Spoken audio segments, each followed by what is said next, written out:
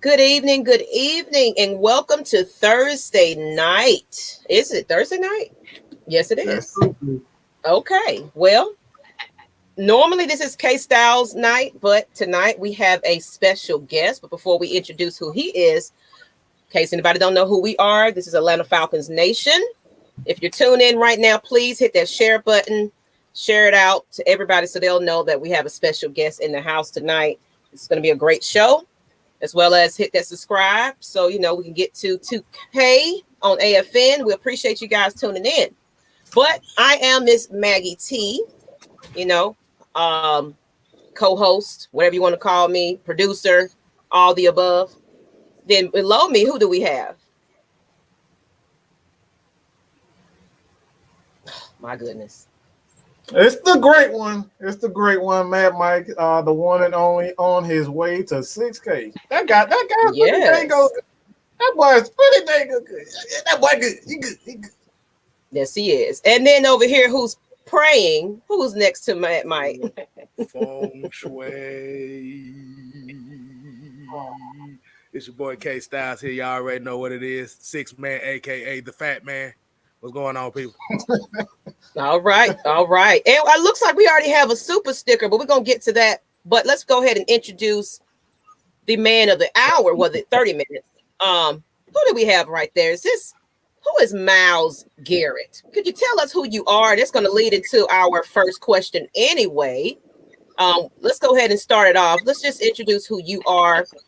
And let me get that up real quick. Just tell us a little bit about yourself and how did you get into journalism with Fox 5 Sports? Yes, ma'am. So Miles Garrett, not the Miles Garrett for the Cleveland Browns, unfortunately for your audience here. Merely just a journalist with Fox 5 Sports.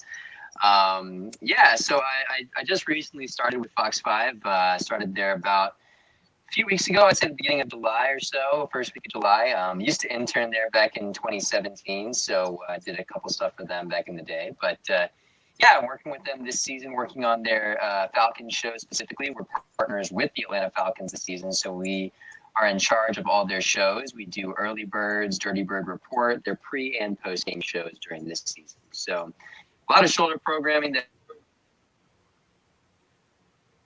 them, and we're really excited. Our show is tomorrow, our pregame show for the Atlanta Falcons against the Tennessee Titans. So we're really excited about getting that going. But as far as how I got into journalism, I majored in journalism in school. I went to Elon University, sort of a small school in North Carolina, pretty close to Duke.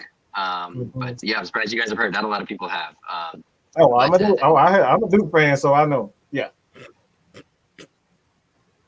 But there you go. Yeah, you guys can beat up on our UNF game at the beginning. But it was a good experience. Was there for 4 years and graduated in 2018. And then I went to WGXA in Macon, Georgia as a news and sports reporter.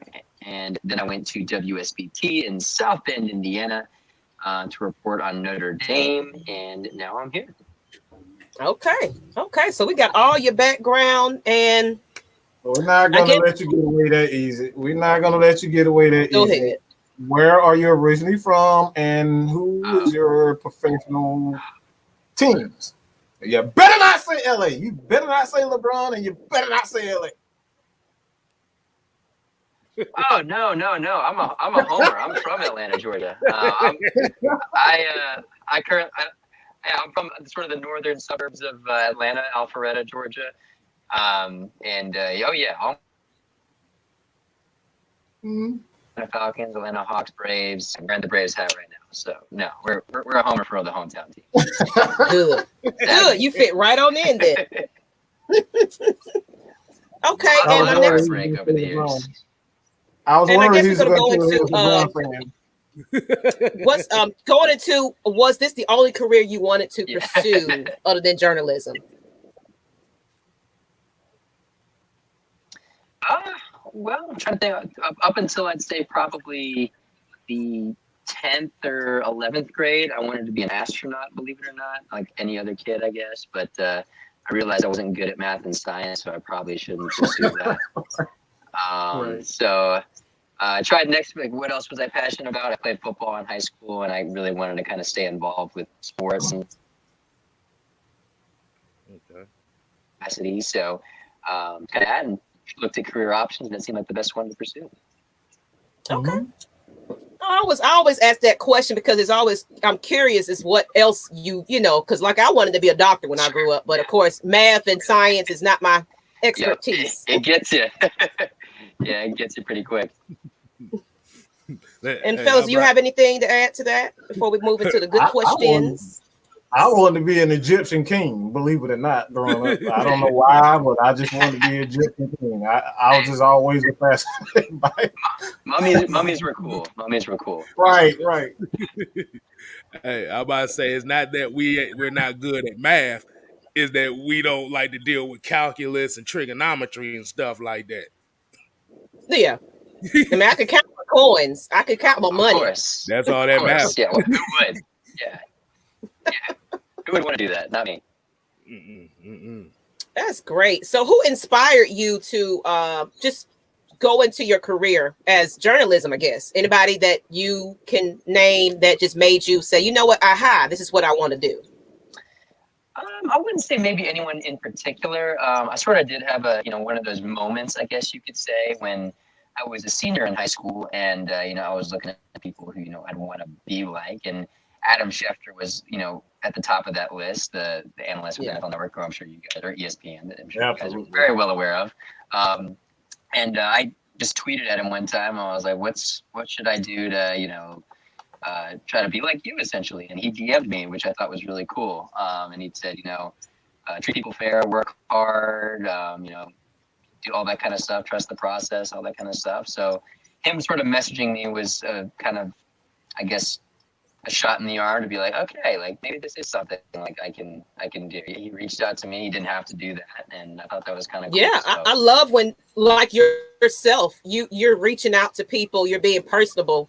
That makes a world of a difference for small people like us that are not in that field, but we admire what you guys do. So for you to just say, okay, yes, I'll come on your show and you're answering, that makes a world of a difference for everybody. Mm-hmm. Yeah, no, it is pretty cool when someone reaches out to you and someone who you might admire like that. And I mean, with this show in particular, I've been a big fan of you guys. Watching you guys on Twitter. So yeah, no, we've been starting to follow each other. I know. So it's like I've been watching, been checking you out for quite some time. I didn't even know that this was just a new thing for you as for Fox 5. I've just been kind of following you since I guess with the UK guys, the connection. I was like, okay, let me go ahead and follow this person because we know everybody's connected in some type of way. Yeah, it's a big Falcons network on Twitter. Absolutely. Mm-hmm. So what I want to say this. My question, and just forgive me, a lot of my just come off the head. That's why they call me the mad scientist. Just right off the top. What's a life-defining moment as far as sports are concerned? One moment in sports. It doesn't have to just be football, baseball. Like in sports, that say, you know what, I want to be a professional athlete. Like one player or a moment. It's like, okay, this is what I wanted. That's a good question. I mean, it's difficult to think of. There's so many. As a kid, the first athlete that comes to mind who sort of got me into just sports, period, like being a sports fan, was Javi Lopez with the Atlanta Braves, the former catcher. I just knew you was going to say a Brave. I knew you was going to say a Brave. and I don't know why. It was one of those things, me and my dad, that was a big thing with us as a kid going to baseball games. And for some reason, it wasn't Chipper Jones. It wasn't, Smoltz, Glavin Maddox, or any of those guys. It was Javi Lopez for some weird reason. So he was sort of the first one that I was like, sports are cool. I'm a big fan of this particular athlete. But as far as playing and where I started being like, oh, okay, I really want to be like that guy. Definitely Calvin Johnson. I was a huge, still relatively big Georgia Tech fan, but when I was a kid, diehard. Like I was Georgia crying Tech. After losses. Georgia Tech underneath you. One of those types of fans. Oh yeah, I got the helmet right there. It's a Tech. Oh yeah. Welcome to the club. Yeah. Welcome to the club. It's about 11 of us around here in the state of Georgia. Not too many. Not too many of us roll deep. Yeah, exactly. But so funny. Yeah, no, I mean 2006, or 2004 to 2004 through 2006, watching Calvin Johnson play that was sort of when I started playing football myself. So that was when I was just in awe of watching him. I was just like, this guy is just not human. I just always be watching highlights on the computer before going to practice, being like, oh, I can make that one-handed catch. Like, it makes it look so easy. Clearly not, but wishful thinking. But yeah, no, I mean, Calvin Johnson still is to this day, and I was really excited to see him get in the Hall of Fame. And I've been a volunteer at a lot of his camps. I've got to meet him a few times, so he's a really great guy, and his family's really nice too. Okay. Well, I think I want to move on to the questions that Atlanta Falcons Nation family in the chat is waiting on. Let's get into these Falcons.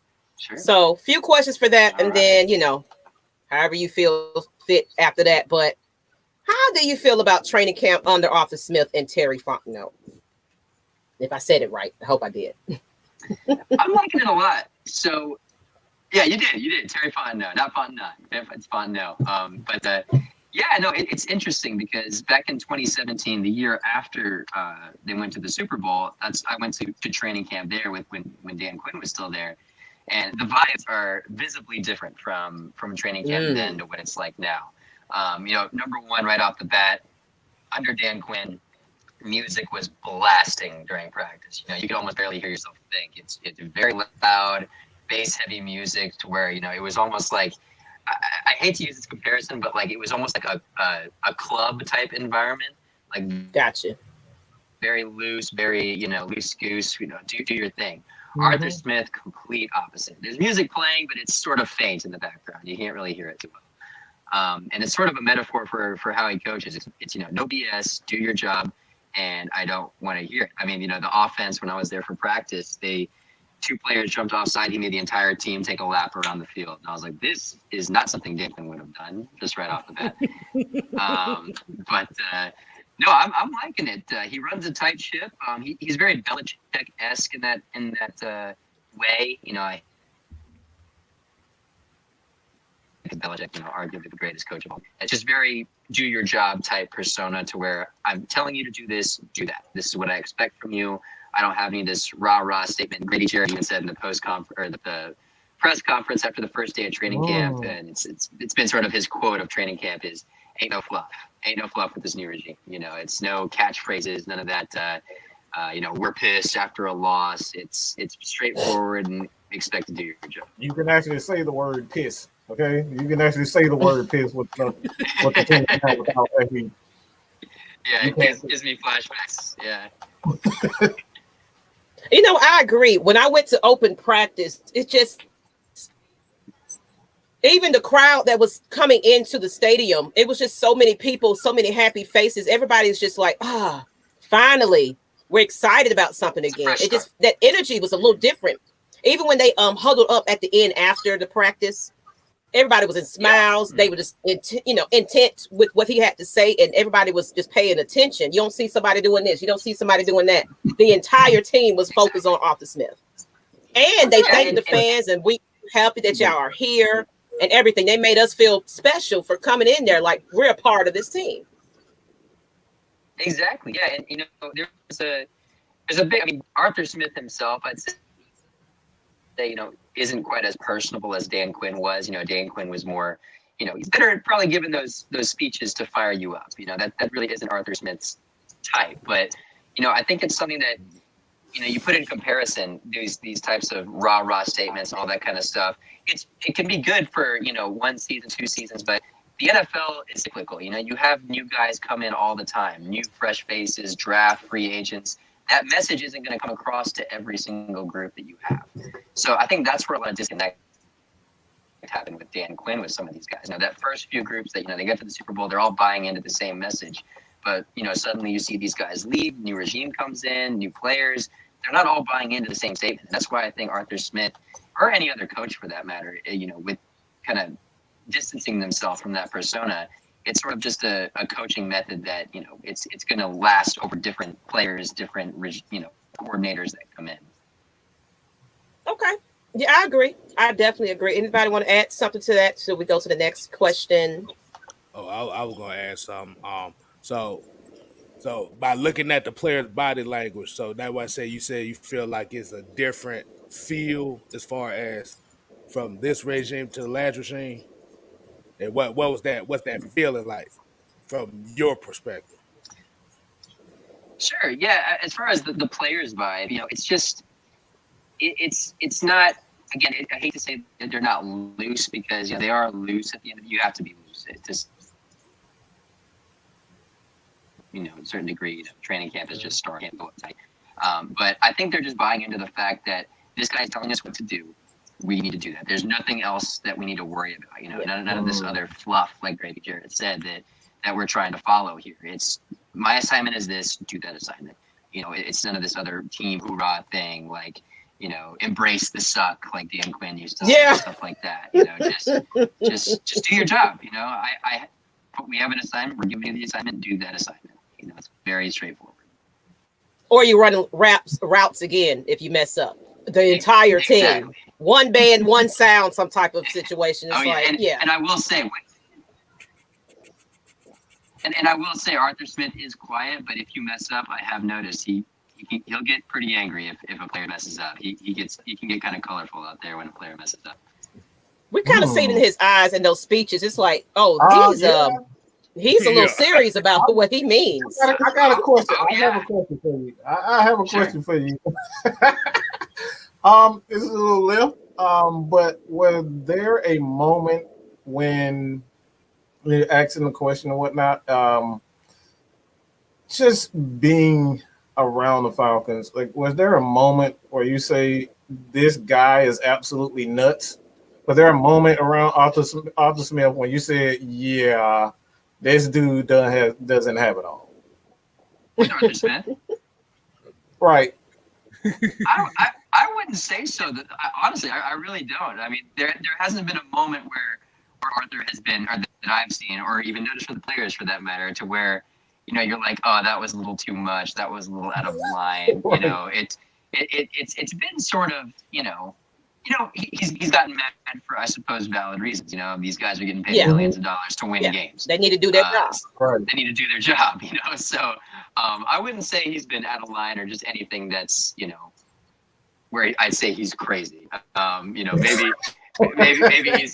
a player who is yelled at would say a different opinion on that. But from what I've seen, the players do seem like they respect the man, which is something that you want at the end of the day. That's the bare minimum, that they respect the coach. Okay, and we're gonna get to the next question. I guess, other than the energy that you got from who stood out to you during practice the most? Well, I'll give the cliche answer. When Kyle Pitts walks onto the field, you're like, this dude's different. It's the same thing the same vibe that I got, when I saw Julio Jones walk on the field. It's just one guy looks different than the rest. It's just sheer size, just what he can do. Like, he's in the huddle, and you're like, this dude's bigger than all the other guys in that huddle. Like, he stands out. It's one of those things where, he's just, he's the 4th overall pick, so it's hard to avoid him. But, he definitely looks like he's Matt Ryan's favorite target. These tight end sets that they're running with Arthur Smith is, I don't want to say it's going to completely make up for Julio Jones' production, but with as many sets that they're running, I'm seeing 3 tight ends on the field at one time on numerous occasions. I got to put you on the spot. I'm sorry. I'm sorry to interrupt you, but you said something that really piqued my interest. Matt Ryan. All right. That's just be on guard for it. All right. There's a lot of people, and not just fans, analysts, journalists. Sure. A lot of people feel as though that Matt Ryan has lost something. Like, if you could, like, you've been around the team, like, if there's a moment where you say, okay, Matt Ryan is not that same guy. Have you had that moment? I haven't. concern I have regarding Matt Ryan right now. As far as his play, he looks the same that he's always looked to me. He's got the same zip on the ball. I mean, he's never had a strong arm. We've all been aware of this, but he's still got the same. If anything, I think he looks a little bit quicker. They've been actually focusing on that with him, sort of his quickness with Arthur Smith. They've been running, some drills. They've been having him with a coach work on that actually. So that might be moving a little bit more this year. But regardless, the concern I have with it is the offensive line because there's so much movement there right now. Caleb McGarry has been hurt for a long time. Drew Dahlman is sort of their backup Swiss Army knife. They got the rookie, but outside of Jake Matthews and Chris Lindstrom, there's a lot of uncertainty there right now. There's just so many guys going in and out. They're not sure who's going to start yet. In a perfect world, Jake Matthews, Caleb McGarry, at center, Matt Hennessy, that's his first year. He's taken over for Alex Mack. So that's some big shoes to fill there. So we don't know how that's going to be. The chemistry is really important when it comes to being a center in the NFL. Timing is huge. So you got stuff like that. Josh Andrews is a guy they just signed. I believe he's going to be starting tomorrow from the New York Jets. And he's coming from the Jets. So take that how you want to take it. Honestly, in my opinion, if the line can keep Matt up, the man's been sacked more than 40 times each of the last 3 seasons. That tells you all you need to know. Every time Matt has not been sacked, I believe the number is either 30 or 35. I think he's taken him to playoffs. He's just one of the most sacked quarterbacks in the league. So when he's upright, he's one of the best of the best. So that's my opinion on it. Yeah. And we got to protect this man. We do. He gets up and just keep moving. Well, let's go ahead and get into a little bit since we kind of got who stood out to you.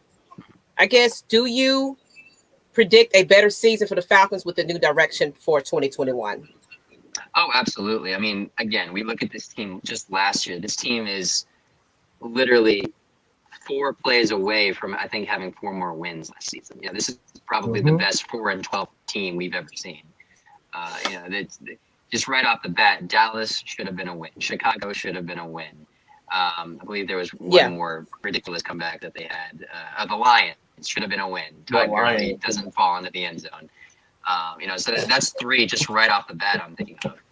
I think, this team is a lot more talented than people are giving it credit for. The defense still has a lot of work to do. They're still very young, but Dean Pease is a significant upgrade as a defensive coordinator. I mean, he's done the job at pretty much every spot he's been at in the NFL. So I have a lot of faith there. He's going to have to do some wonders because, again, outside of Grady Jarrett, Deion Jones, and A.J. Terrell, who I think is going to take a really big jump this year, there's just not a lot of talent there. They're so young and they're so inexperienced that I can't confidently say that the defense is going to be good this year. I mean, again, 21st in the NFL would be a significant improvement for them. They've been just hovering around, 25 through 32 range. It's not going to win any games. When they went to the Super Bowl, they were 28th. That tells you all you need to know. The defense has just always been holding this team back. I agree about that. I don't expect it to be like a perfect defense, but I do feel that people don't give Raheem Morris enough credit because he turned them around just a little bit, though. There was some type of improvement there, definitely. So with Dean Pease, while he's a solid assassin right now, we don't even know what he got going on right now. Yes, I think he's well aware that he has to improve this defense, definitely. I agree, and I will say that's another observation I've noticed in practice. The defense does look feisty. They look a little different. They're putting in different looks in practice, and again, it's something that fans have been freaking out over on Twitter because they show these interceptions from Matt Ryan, these really cool plays that the defense is making. They show a Deion Jones interception. They show an Isaiah Oliver who had a really great play the other day, a one-handed interception. And it's like, oh, Matt Ryan, what are you throwing to? It's like, no, the defense is actually making some pretty good plays out there. So, again, God forbid the defense actually does something, but Matt Ryan, it's all Matt Ryan's fault. But no, I think they might surprise some people. Hey, any improvement to the defense is a win in my book because for sure. If you've been a long-time Falcons fan, you know what we've been dealing with. Nothing. Yeah, absolutely nothing. You had some, Mike. I saw you. You had something. I do. Here we preach the small, intricate details of football, the 3-and-1s, 3-and-2s. Using 3 tight end sets, something that we rarely saw under former friend is what we call him, a dirt cutter. Is there? Have you seen anything for you that said they really, putting more emphasis on, the small details, the red zone, the 3rd-and-1s, those type, being more physical, as far as their drills is concerned, like just anything that says right off the bat, we're going to be tougher. We're going to, play smart football. Is there anything that stood out to you? 100%, and I credit Arthur Smith's play calling ability to this. There's two different things that immediately come to mind when you say that. Number one, and I'm sure this is going to excite a lot of Falcons fans, goal line situations. They've run a lot of I don't want to call them pick plays, but essentially plays that get guys like Kyle Pitts open. We never saw that with Julio Jones. Guys who have this ability to get jump balls, but they use guys as decoys. Russell Gage comes across and suddenly Kyle Pitts scoots out and he's wide open on the side. Just different plays like that. It's again the red zone type drills, and I'm like, oh, this is something I'm not used to seeing. I don't remember them dialing stuff up like this for Austin Hooper or Hayden Hurst last year. Something that I've never seen before. And also, when you talk goal line or short yardage situation, look, this is a team that's going to 100% be taking on a new identity when it comes to the run game. Arthur Smith is a play action run first identity type coach, and granted, Derrick Henry isn't on this team, so that might be a little different at first. But Mike Davis is more of that bruising running back, and I do think he'll be an upgrade over Todd Gurley, whose knee is, I feel like there's nothing left in at this point. But Mike Davis, again, he's more of that bruiser, and they've got a lot of guys back there. Cordero Patterson has been used a lot in a lot of different ways. They use him out of the backfield to catch passes. They're using him in the run game, and he's a big guy. I can imagine not giving him the ball when it's 3rd and 2, or Mike Davis the ball when it's 3rd and 2. There's just a lot of guys back there. They're using Quadri Austin a lot more. Dan Quinn really didn't use him, or Dirk Cutter, whoever was calling the shots there. He wasn't really used last year, and he's been used, I'd say, extensively so far, more than I've seen them used before. So it might be a running back by committee at first, that we could be seeing until someone breaks away with a role. But yeah, those two things stand out to me the most. The running game that they're just going to be adapting, and those goal line situations, getting Kyle Pitts the ball, which again, why not do it? He did it so well at Florida. I like what you said right there about just players that this is something we talk about here. It's going to be a lot of players that didn't get that shine last year. We're going to start seeing this season, I think, especially due to COVID last year. I even say the rookies from last year, they are still getting it together because we didn't have this full practice. We didn't have all those things for them when they came into the game. So they're still learning as well. So, it's a better situation for everybody at this point. Oh, yeah, absolutely. I agree. Mm-hmm. And one of our last two questions, because we're going on our 30 minutes, basically just more elaborating on the offensive defense. Which side do you see the most improvement? It's difficult to say because, again, the offense has, we hired an offensive coach the first time. Right. They've had an offensive coach since Jim Mora. It's been a long time, or Bob Petrino, but I don't count that. But regardless, they've never had this offensive coach to guide them. Smith and Quinn have always been the defensive guys. But from what I've seen, the offense does look like they're going to take strides, especially with Kyle Pitts. I don't see Matt Ryan taking any regression yet. Maybe next year we might see some slowing down a bit, but this season I don't see it yet.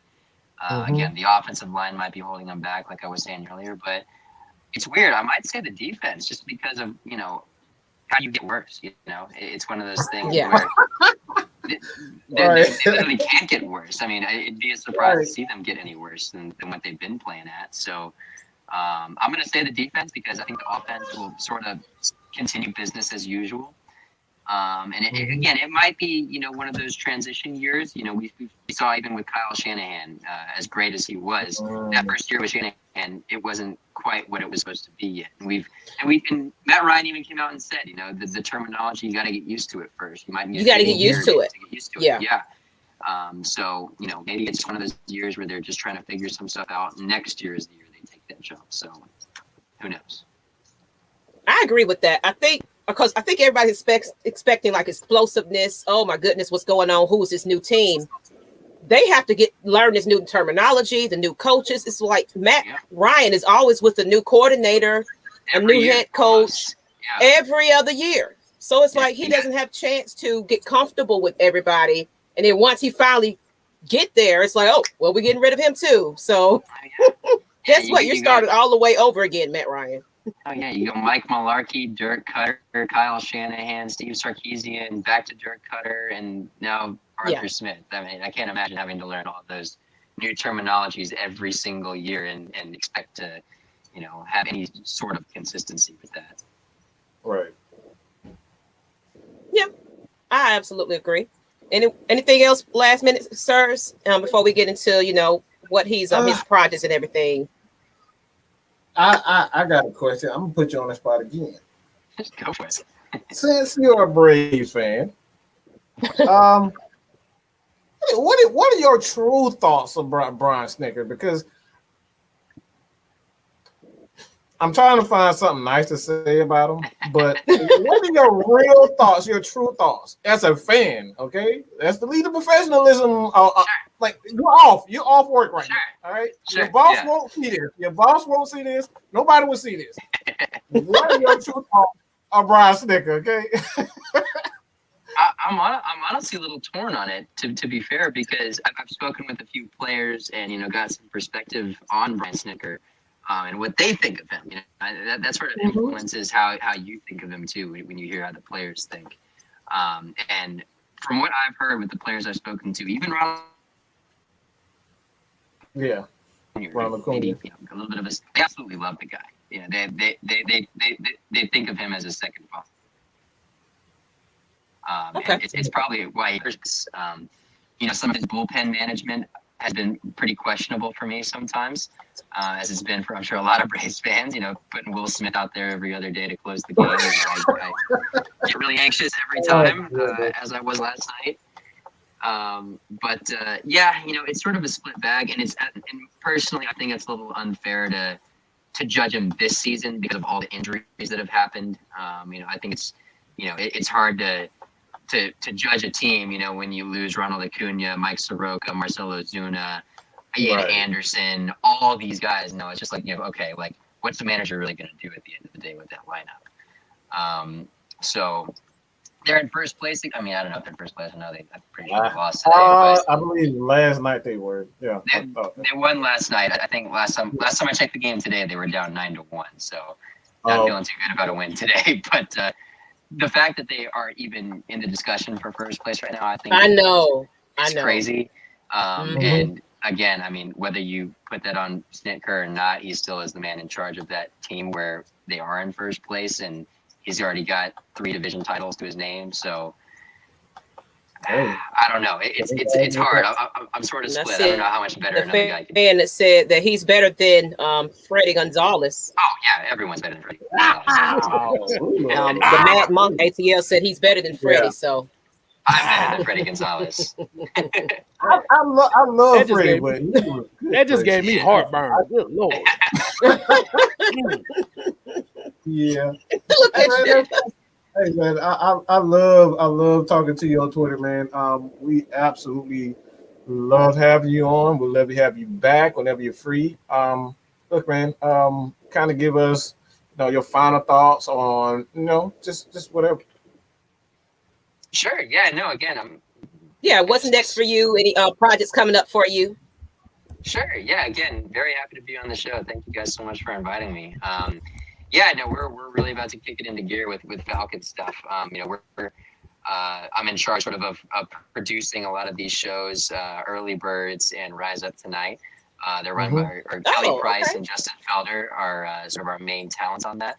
I'll be making appearances here and there on them, specifically Kelly's show, Early Birds, which airs at 8:30 on Saturday mornings. I'll have a segment called Chatty Birds, where me and Kelly sort of have a back and forth on air talking about the Falcons. It's actually coincidentally my job tonight to sort of think of some ideas for that. So I'm here brainstorming a little bit on what we want to do for that. We've got a big interactive wall that we can sort of play on and create different segment ideas for, sort of a Sports Center-esque type segment. So that'll be where I reside. I'll do some Falcons packages during the week, when I'm at camp or at practice, whatever it might be.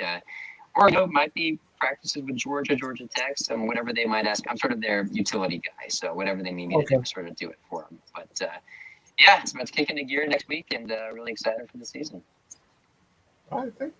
I could say what I could suggest for you guys. I don't know if you have this segment, but the Atlanta Falcons don't really do this too often.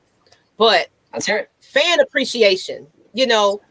Fans like to be heard and be seen and be recorded and tailgate. If you can have some type of segment where you're going through the tailgates or you're meeting the fans, the super fans, just to show them on screen, I think that would be amazing for a lot of fans to see that on the channel, other than just hearing about the players. They just want to see them like, oh, there I go. I'm a big fan of the Falcons. Look at me on the screen. I think that's a big thing I want to suggest for you guys. It's funny you say that. You might be seeing something like that pretty soon. I can't say it. Okay. You guys might be onto something there. We're scheming on something regarding that right now. Oh, great. Okay. But that's because that's what we feel like we've been missing. Oh yeah, there may or may not be something like that debuts next week, but can't say it yet. It's coming. Right. We got a whole season. I'll look out for it. Make sure you send us your schedule of all the shows so we can definitely let all our fans know to tune in and everything. So we can post it everywhere so they'll know to watch it.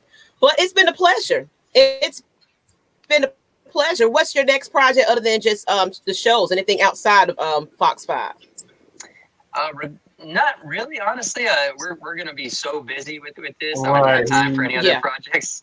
In the spring, things might cool off a little bit, but right now I'm booked up through football season. It's gonna be a really busy fall and winter. Okay, well, thank you for taking the time out before it gets really busy, because tomorrow it starts. It starts tomorrow, so it's getting ready. Get your rest, get ready. We're gonna be looking out for you. Of course, we're gonna be following you on Twitter. Everybody follow him, Myles Garrett. He says it right there. It's not the person you think he is. Exactly, not that one, the other one. But you're just as important to us Atlanta Falcons fans. So thank you, Myles Garrett, and we appreciate you. And come back anytime if you want to. Of course, hint, hint, we would like to be a part of that fan base, Absolutely. On Fox 5 one day. That'd be wonderful. Yes, ma'am. Again, I'll keep you guys on speed dial. We might be using you guys pretty soon. All right. Well, we appreciate that, and we want to thank you for coming on again. Everybody, follow him on Twitter, Instagram, wherever you can find him. Myles Garrett. You can't misspell it. You can find him. You see his face here. But thank you. Thank you, guys. It's been a pleasure. Hope you guys have a good night. You too. You have a wonderful evening. All right, man. You too. Bye-bye. Bye-bye. Hey, man, I love these interviews. Man, I love these interviews. I love it.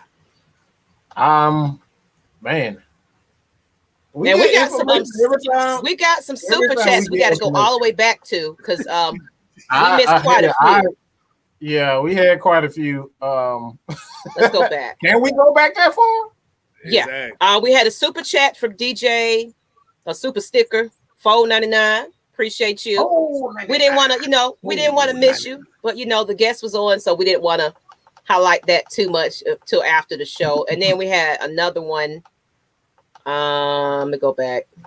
Sorry about that, people. Oh, and we have Hank DZ. He loves the show at $5. Thank you for the donations. We appreciate you. All proceeds go to the tickets that we give out, prizes, because the season we're gonna be doing giveaways. It's gonna be so much fun doing this season. I can't wait. And I think that might be it. Let me see. I think that was it. Other than that, we can just highlight some comments. This is kind of a just an interview show, so we didn't really have it scripted tonight. So it could go however you want to go, and we don't even have to go 2 hours because we're gonna be back on tomorrow anyway. So, let's see what we got in the comment section. Let's see anything that stands out. I'll start from the bottom. Oh my God! Do y'all see that? Oh my God! Man, this ain't no damn. This ain't the damn Bachelor. Oh my God! That's just gimmick. Look. What the hell is that shit? Wow. I don't even know why you highlighted that. I don't know why you even highlighted that shit. I don't know why you highlighted that. Thank you, Twisted. Wow. Are we really? Oh boy, that. Wow. You should even highlight that. No, that's no. Okay. Well, I don't know why you highlighted it. I wasn't gonna even acknowledge it, but okay. Look, let's see. Let's do it like this. Drop your questions. I'm not even finna go back. Just drop your questions. It's the Q&A session. I got Kstlyz treatment today, boy. I got Kstlyz treatment today. Ooh, goodness gracious. Oh my goodness. Hey. Nah, man. And Norman Fitzgerald, we do collab with other content creators. We always do. We just go on their channels. They come on ours. So let us know who y'all want. Hit them up. Tell them that they need exactly. It's nothing to have them on. We always have the invite. It's always open. You know what I'm saying? But we're so busy in our own thing. We can't think about everybody, to be real. Mm-hmm. So if you got a suggestion, let us know who you want. Hit them up. Yeah, hit them up. Let them know that y'all want us to collab with them. But look, we be so busy with our own thing. We have a whole crew over here. It's hard to keep up with every content creator they're out there for Atlanta Falcons, to be real. Mm-hmm. We had Tyrone on Kstlyz Sports Podcast. He has his own show. He'll have his own channel real soon. He does a great job. He's with Dunn. The Kstlyz Sports Podcast. He does the Hawks. He's gonna do he actually gonna do the Georgia Bulldogs content. So if you guys like Georgia Bulldogs content, he's the guy to go with. Because look, last time I got some good numbers from the Georgia Bulldogs, but I got called all types of N-words, and so I quit the Georgia Bulldogs. Y'all made me want to turn into a Tech fan. Okay, all the words they were calling me because I said I hate Kirby. Someone said, here's a question from Reginald Banks. Who scores the first touchdown on the preseason? You know what? We got asked this last season, I think. But who scores the first touchdown in the preseason for the Falcons? Oh my God. Predictions. Look, I'm gonna say Young Way Cool because I'm terrible at it anyway. So just Young Way Cool. He gonna catch a punt. He gonna catch the ball that damn Justin Fields didn't catch. How about that? He gonna be lined up at predictions. We don't do because one thing is preseason. So preseason, it only first 2 quarters matter anyway. So I don't do score predictions for preseason or period. To be honest, I'll take a crack at it. I'm gonna say Lee Smith. Fuck it. Lee Smith, really? The Mountain Man. Oh goodness. He gonna catch a wide open pass in the red zone for a touchdown. And Eric, no, we're not going to be at the game tomorrow. I got some things to do. So we won't be at that game, but we're going to definitely try to make a preseason game. Mm-hmm. Got to get ready for the season, man. Because, school's in session. And, of course, Miss Maggie T had to buy all kinds of clothes for big old girls and boys. And, y'all see that GoFundMe at the bottom that help a sister out. Help a broke sister out. The Cash App. Because I don't have babies. I have big girls and kids that wear big shoes and big clothes. I'm still recovering right about now.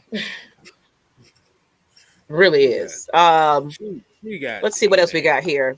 How is Frank's looking and your predictions on him? from Plain Meech, 2004. Chris S. Felipe Franks. Who? He said he was asking how's Felipe Franks looking, and what's your predictions on him? He's a third string quarterback. He's inconsistent with his throws. I mean, that's to be expected from a third string quarterback. But he is showing promise. A lot of people really see his development as a quarterback. Like I said, I'm not surprised at all. But again, AJ McCarron is going to be the backup. Like that's without question. He's the most consistent. But there is some bright spots with Felipe. His arm strength his arm talent is amazing, but it goes back to consistency. And one thing that is on his as far as his on the bright side or good side, or is that he has an offensive coordinator that likes to run the ball. So anytime you have that, you throw him into the fire and let him, immediately come out throwing the ball 50 times a game, he's gonna look absolutely terrible. So now he really gets the time to to slowly mature as a quarterback, because a lot of these guys they don't understand that the speed of the game is different in the NFL. Maybe just talk about the verb, the language. The language is completely different. You go from college, they on the sideline holding signs up on the plays. They're not doing that in the NFL. You got to listen to the calls. They don't do that in college. A lot of times, even on audible, you see how the defense is lined up in college. They looking toward the sideline, looking at the coach. Coach, what should I do? You're not getting that in the NFL. So a lot of these players are just getting acclimated and trying to get comfortable with, just having a different style of football. That's where it really is, just adjusting. Be having signs that got Mickey Mouse and Justin Bieber on there with the number 9. They be looking like, and that's all you see. They say you get the NFL, it's grown man football, so you better get the call as soon as I call it, or you ain't gonna get it at all. All right, here's another question from. Oh, my bad. Okay, you had something else you want to highlight? No, I just wanted to show that. That's all. Okay, well, now you made me lose it. Somebody basically was saying which defensive player will have, a good first preseason. Kstlyz, you got that? Hold on, repeat it one more time. I gotta find it. He don't highlight it now; it disappeared. Oh Lord! It's basically which defensive player was going to have a good preseason game tomorrow. Who's going to be the best defensive player in the preseason? High grade in game 1 in the preseason. I say Jonathan Bullard. That's interesting.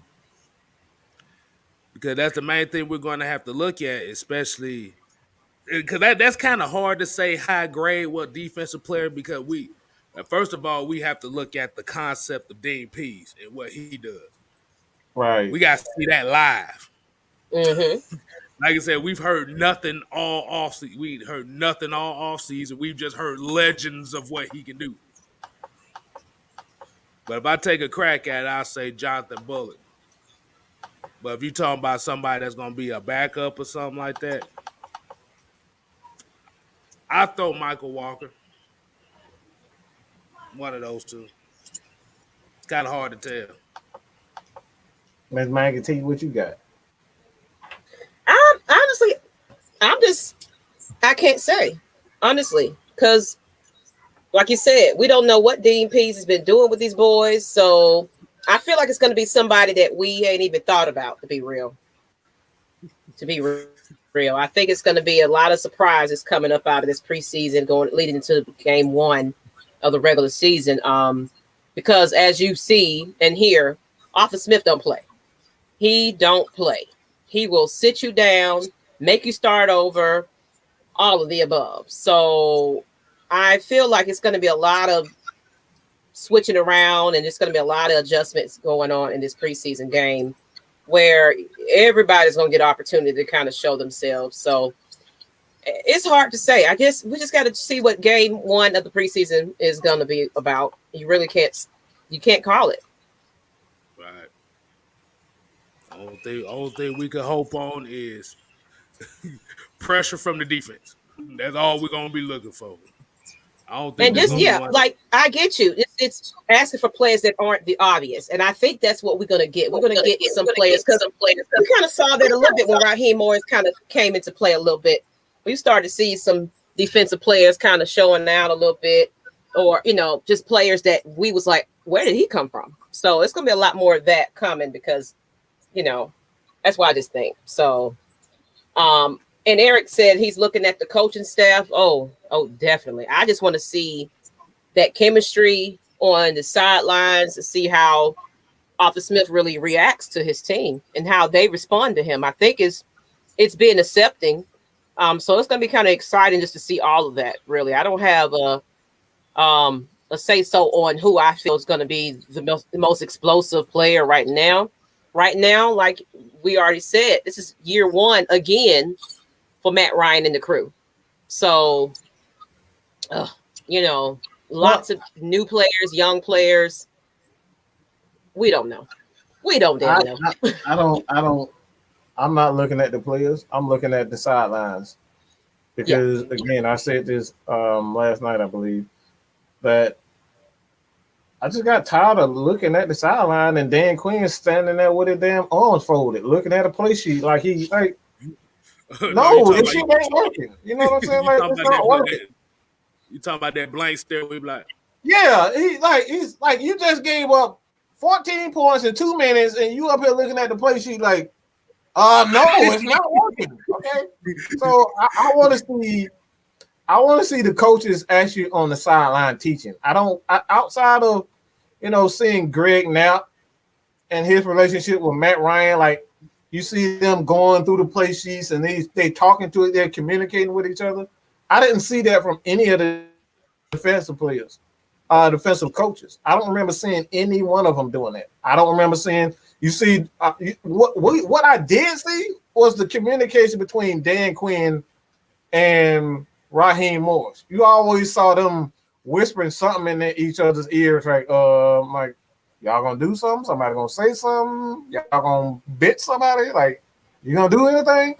It was always them two talking amongst each other, and we didn't see the position players, the position coaches talking to the players. We never saw that. So I want to see that communication between the players and the coaches. I need to see somebody getting smacked upside the head. I need to see somebody helmet getting thrown. Like, I want to see all that type of stuff. That's very important for winning, man.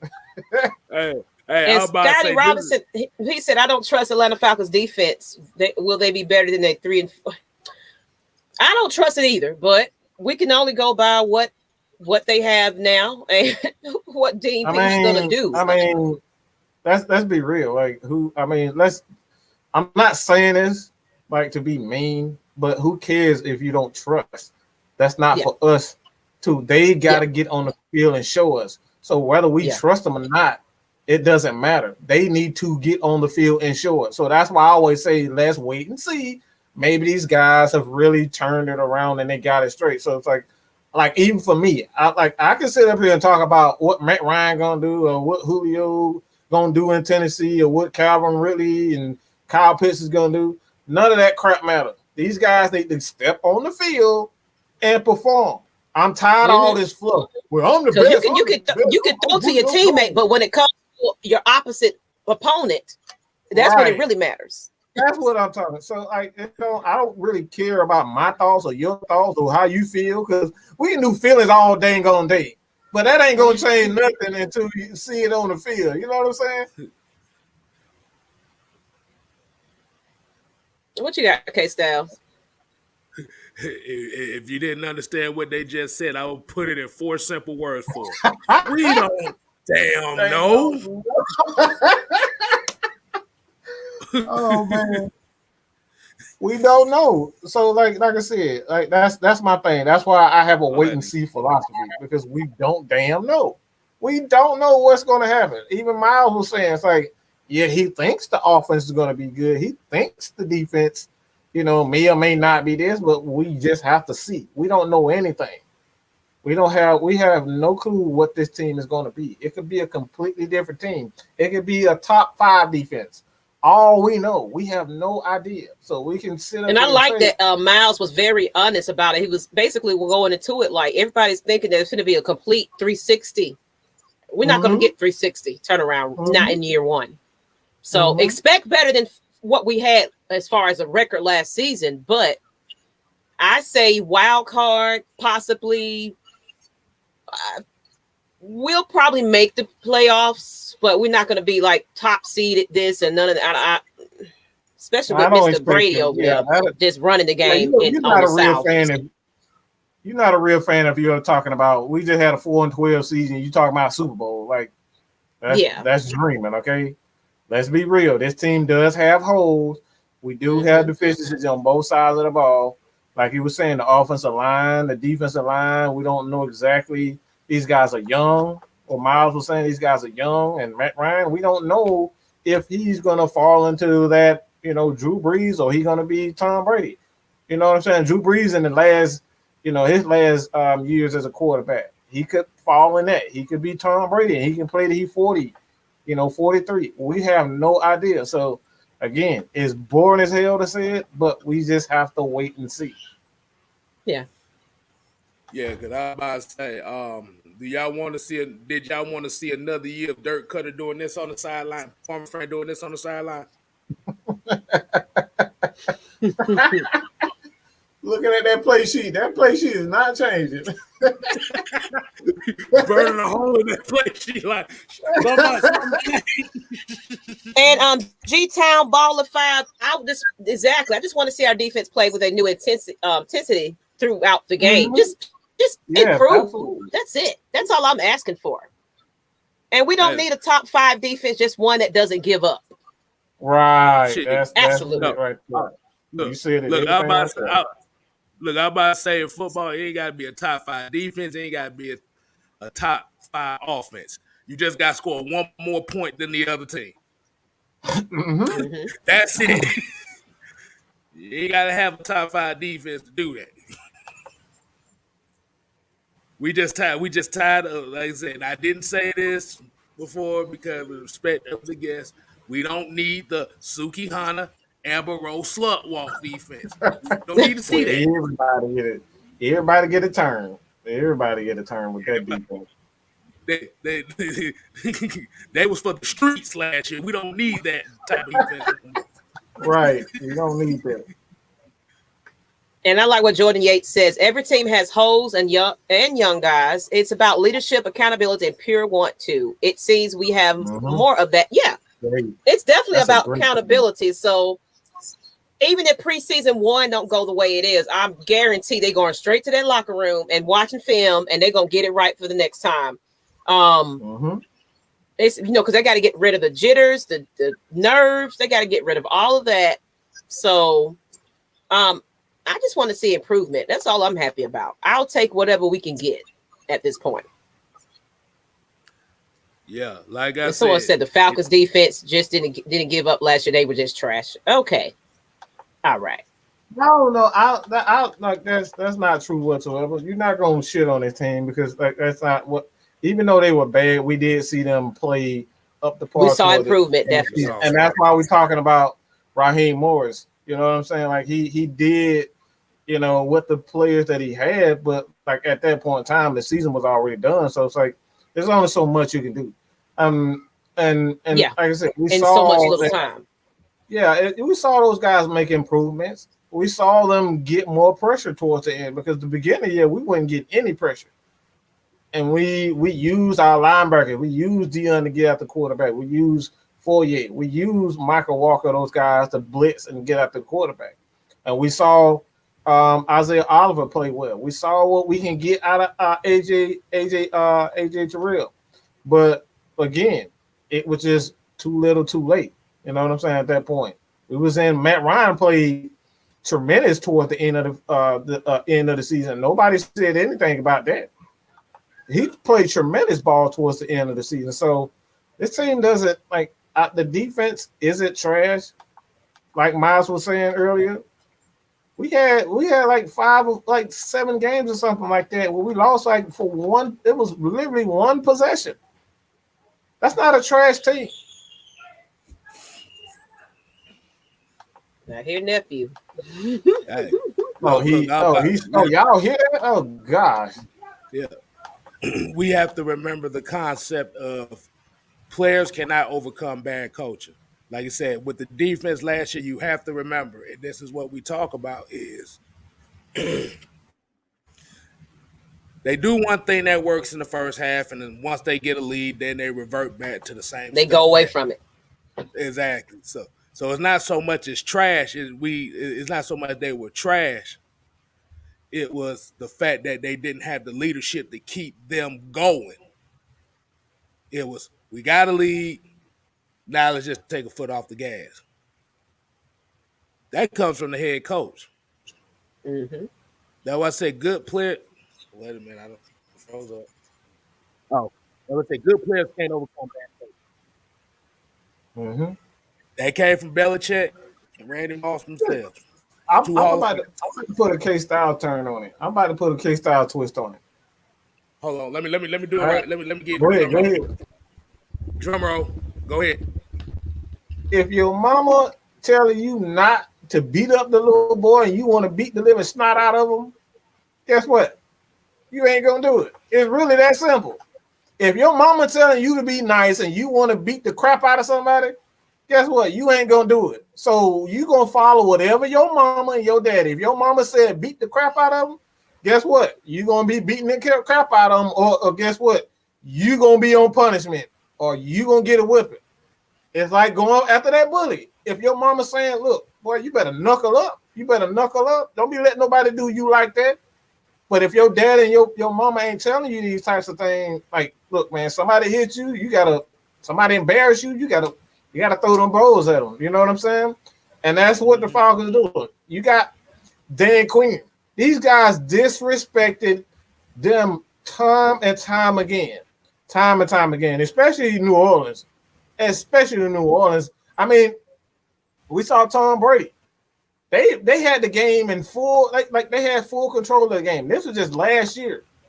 Fourth quarter, they still out here throwing the ball. Fourth quarter, they were out to embarrass the Falcons. And guess what Dan Quinn did? Absolutely nothing. Nothing whatsoever. Look, you saw what they did to even Mr. I'm about to say Foreman, but Freeman. You saw him hanging his little ass up like Aaron Donald had hanging his ass up like this. You know what I'm saying? Hanging up like this. Who came to his aid? Nobody.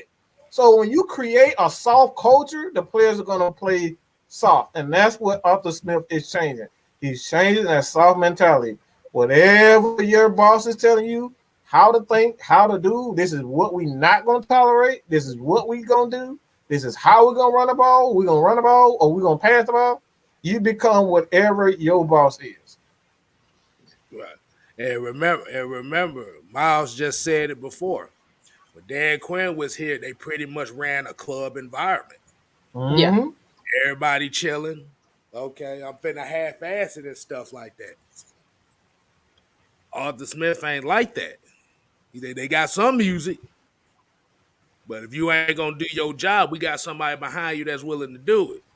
Uh-huh. Mm-hmm. Or an entire squad, y'all running. Mm-hmm. I don't care who it is. If you mess up, all of y'all, we can start this whole play all over again and get it right. Right. I like that mentality. So accountability. And Jose Cuervo says, I believe with the veteran players we have, and if the coaches bring a better scheme and game plan, and looking back at all the close games we should have won, we will compete to go deep in the playoffs. Oh, yeah, we're going to definitely have a way better schedule than we did have. I definitely say that. I feel playoffs is in the horizon for the Falcons. Definitely. But it still is a wait and see type of situation. Yeah, and I have to tell Virgo Life this. I'm hearing nothing but negative points. So it's like, what's the point of even watching the team if your expectation is so bad? Like I said, you Yeah. might well not even watch to save yourself the headache. Sorry, but Man, yeah. look, I'm just not. Look, man, if you gonna keep that, if you gonna, If you keep the attitude, you might as well watch a whole nother damn team, or don't just even go watch. back and watch them. Go back and watch the damn 2015 Falcons. How about you just go back and watch that team? All right, just do that for me. If you like that attitude, just go back and watch those videos. Because I'm not. We don't. What fans do, what us Falcons fans do, real Falcons fans, we don't sit here and talk about, oh, we're gonna suck anyway. We're gonna suck anyway. We're gonna suck. Come on, man. And that's why I like what Myles Garrett said. He said it's not that embrace the suck anymore. It's not that. Mm-hmm. Y'all embracing the suck already. It ain't even started in the season yet. Exactly. That's a defeated mindset. We don't have a defeated mindset over here. So you can go to another channel and have that defeated mindset. Atlanta Falcon Nation, either you with us or you not. Period, point blank. Cause the thing is, by having a mindset like that, that's like you getting it. That's like you about to go fight somebody. You already know you about to lose, so you're not even gonna try. You ain't even gonna try. So if I'm getting a fight, so I'm gonna use this example. If I'm about to fight Mike right now, if I'm about to fight him right now, and I'm already got the mindset, oh man, I can't fight, or I ain't got no hands. Mm-hmm. I'm not gonna throw hands. I'm gonna get my ass whooped. And then you know what happens if I get my ass whooped? If my parents find out I get my ass whooped, they gonna whoop my ass. That's how it was as kids. That I know that's how it was for kids for me. If I didn't fight back, oh, you ain't fighting back against the parents. Mm-hmm. So I like what Isaac said right here. A prime example of good coaching is when Phil Jackson took over the Lakers and they won 3 straight. Another example is when Nate McMillan took over the exact same roster. Damn. But his mindset is they didn't win the championship, so he gonna say that don't count. I mean, honestly, you can't get any worse than we were last year. That's any improvement is good for me. In my book. I ain't got nothing nice to say to all these damn lazy. Look, man, it's so damn lazy to be negative. It's so lazy to be negative. What's the point of just waking up defeated? That's the part I don't understand. It be so many of our fans so set on one player, 2 players, Matt Ryan. This is like, why are you even watching the team? Yes, that's the part I don't understand. Why are you even watching it if you just can't stand this player leading this team and whichever? Oh, we're gonna suck again. Why waste your money? Why buy jerseys? Why even do all of that if that's how you feel? In reality, for what I think it is, and I'm just going off a limb here, I think they embrace the suck because it makes them feel better about themselves to know somebody else is struggling. Mm-hmm. Ooh, I like that.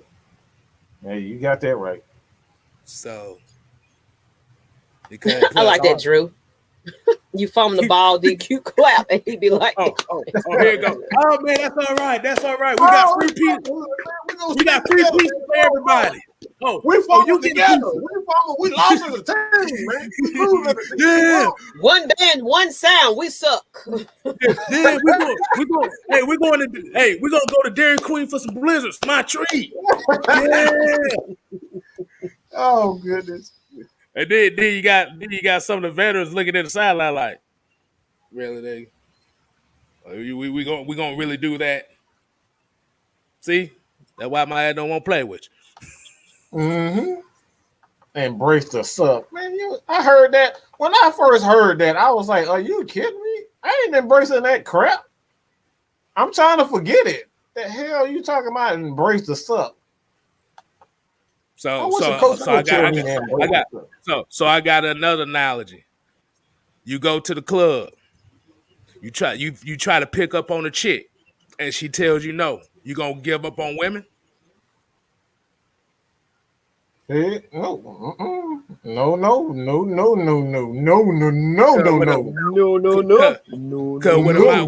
Because with a mindset, with that embrace the sub mindset, is basically like that.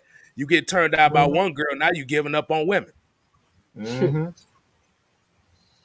Forget that. And Kev J said, should Oliver get another crack at outside corner with Pease running the defense and playing more man? No. Oh, whoa. Hold up. No. See, I got to take my hat off. See, this is what we're talking about. This is exactly what we're talking about as Falcons fans. We love to just pick on one or two players. Everybody sucked. Why is it that we always want to focus on Caleb McGarry, Isaiah Oliver, and Matt Ryan? Why is it never everybody else's fault? They win, you win as a team, you suck as a team. Why is it that we always want to say, oh, Isaiah Oliver, he needs to improve? No, AJ Terrell needs to improve. We got safety. Eric, like we got two safety now. Do y'all even realize that our two starting safeties are no longer on this team anymore? But we still up here trying to pick on Isaiah Oliver. These are the things we're talking about as fans. We love to pick on the same two people over and over again. Not talking about, nobody said anything about Kenny Sheffield. Nobody saying anything about John Kaminsky. Nobody saying anything about, Marlon Davidson improving. But we still up here talking about Isaiah Oliver. Even though he is the starting nickel corner in the NFL, if you knew anything about the NFL, the nickel corner is on the field 50% of the time now. So he's essentially a starter. So again, as fans, let's hold everybody accountable. This is why we hire, and this is why I love the hire of Arthur Smith, because he's holding everybody accountable. Even the punter, even Detus and not. We're not holding people on the team just because they're on the team. He's getting rid of them. Detus and not can't play. You ain't playing for us. You ain't gonna hold up a roster spot. We're gonna bring somebody else in. No, you did not just bring up Sterling Hoffrichter. Yes. I wasn't gonna say his name. I wasn't gonna say his name because I'll bring his name up because I was on his ass all off season, and he got cut, so I can't say that. But that's all everybody. And it's true. Drew, coaching is a big deal. And there was 8 games last season they lost by 1 score. With good coaching, we win 5 of those. Yeah, it's all in the coaching. Yeah, you were literally at least 6 plays away from being 10-6, at least. Mm-hmm. Because we could talk, like I could use the example. We could talk about that Kansas City game. AJ Terrell come up with that interception, game over. That's one play. As we know, the Dallas game, recover the onside kick. That's one right there. Chicago game. Motherfucking corner hadn't failed. Game right there. Lions game. One stop on a 50-second drive that was completed in 3 to 4 throws. I ain't gonna count the Green Bay game because everybody was falling on their ass that game, bro. They literally had one play when 6 people was open, and I didn't even know you had 6 receivers on the field. Yeah, I'm saying this. Why? Look, it's not about picking on. The fact that everybody always saying that he needs to be outside. He doesn't need to be outside. He needs to be where he is. We saw him playing better inside, so I don't even understand why we looking at the outside. He needs to be a slot corner or he needs to be a safety. That's how he got the pick. The interception on Matt Ryan because he was playing safety inside.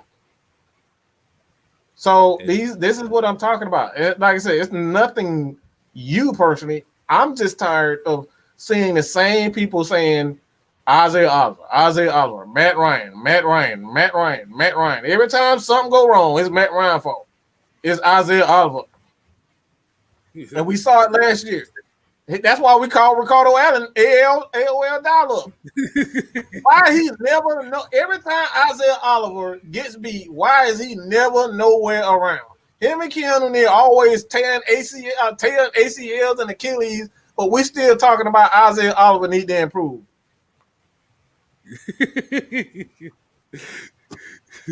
Go back I want to highlight Beetleborg. He's having a birthday.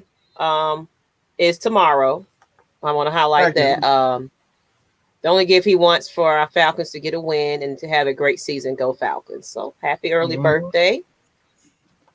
Definitely. Everybody give him a happy birthday in the chat, please. Happy birthday to you. Happy birthday to you. Happy birthday. There you go. Yeah. Also, want to give a shout out to my pops. His birthday is today actually too. Hey, happy birthday! You didn't tell me that. I could have told him happy birthday. Man, Mr. Daddy of the Kstlyz. How about that? 61. Oh man! Good gracious, he up there. Yeah. Your dad look good though. Your dad look good with 61. I damn sure give him that. Yeah, exactly. Right. Hey. They goofy. My goofy ass. You see him, you know where it come from. So yeah. Oh man. All right. Got any more questions in there, y'all see? No, I think we're gonna probably call this a early show tonight because I still gotta get up in the morning. Right back on it tomorrow. We're gonna be on what 6 o'clock? It should be like 6 o'clock, 5:30. 6 o'clock tomorrow. Yeah, 6 o'clock. It's 6 o'clock. Okay. Yeah, 6 o'clock. So they can get at least an hour and a half of us, and then check out the preseason games. So, Yeah. So I think this was a good episode, everybody. Tune back in tomorrow, like we said, at 6 o'clock. We'll be back on it right before the preseason game. I'm excited. We get some real football finally. Let's celebrate that. Oh boy! Hey, oh my God. Hey, prove it. We'll talk about the offensive line tomorrow. Like I said, we about to wind it down. Long days tomorrow. Trust me, y'all about to get some crazy amount of content. So hit KSTYLZ up. All right, on his quest to 400. All right. I'll get the 6K. Everybody always make me feel bad for being.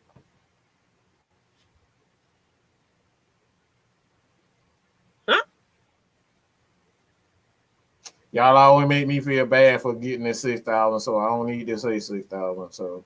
Oh Lord, whatever, Mike. Yeah, we don't put some give confidence, some bass in your voice. Come on now. You sound like Virgo life right now, bro. Keep your head up. Y'all always picking on me. All I just want to do is picking on yourself right about now. How about that? I just want to give the fans what they want. Y'all just won't let that's on you. That just won't let me. We ain't said nothing. You beating yourself up. you embrace. I'm embracing exactly. Wow. Exactly. I was just about to get into that.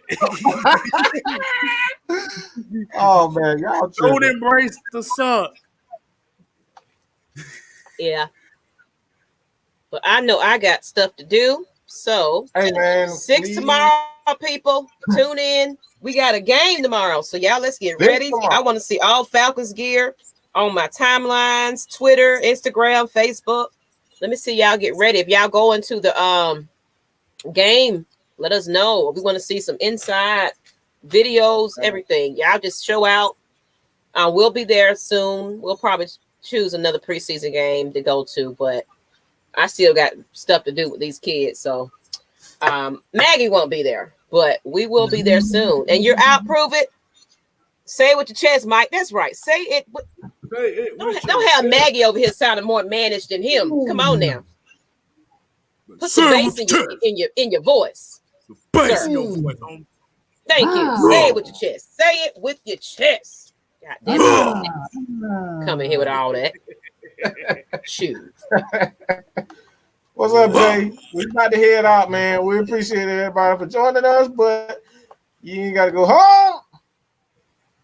But you got to get the hell out of here. Hell out of here. Deuces. Peace.